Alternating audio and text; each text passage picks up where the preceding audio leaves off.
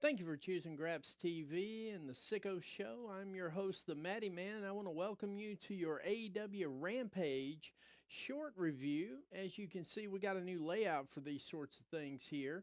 For our short reviews and our pre records, we have some layout changes. I hope you like them. Our live show is going to look an awful lot like this in the coming month or so. I'm still working on building that, but this is pretty much how our live shows are going to look going forward. Drop a comment. Let me know what you think about them. But, tonight we're going to be reviewing Rampage, and this is our short review.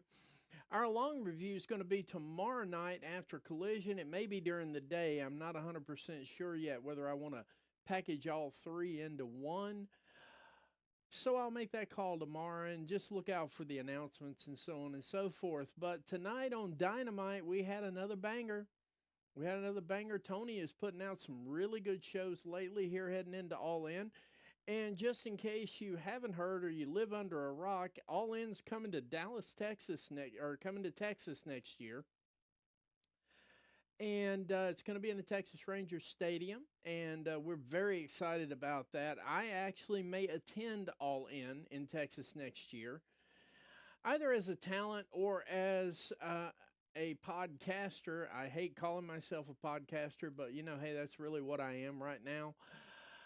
But let's get into the action here. The conglomeration kicked off versus the Outrunners and the Butcher. The conglomeration, consisting of Mark Briscoe, Orange Cassidy, and Tomohiro Ishii, showcased their chemistry and in-ring prowess to secure a victory over the Outrunners and the Butcher.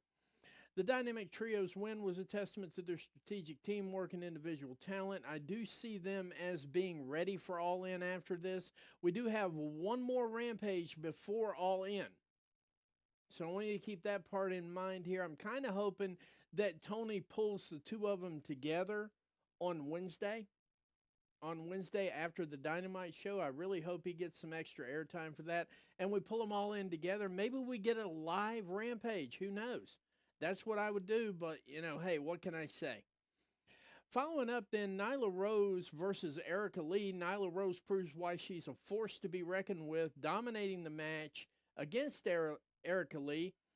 Rose's power and agility were on full display, leading to a decisive win that further cemented her status in the women's division, and it was a good bounce back from her loss last week to Saraya, however that's pronounced. I say it one way, somebody tells me I'm wrong.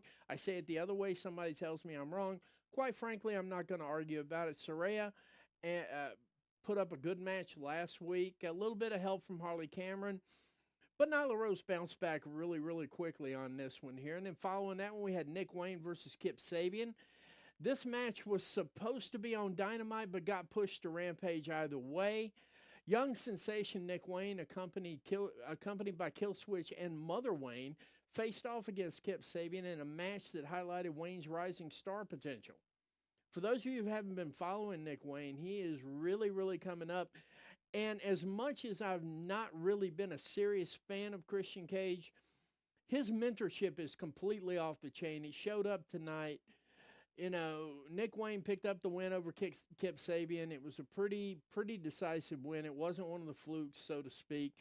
And then following that, Don Callis, the Don Callis family. And in this installment, we had Kyle Fletcher and Roosh taking on KM and Rhett Titus in a match filled with high stakes and intense action. With Don Callis at ringside, though, Fletcher and Roosh worked together in unison to outmaneuver their opponents, earning a well-fought win, getting back in the win column.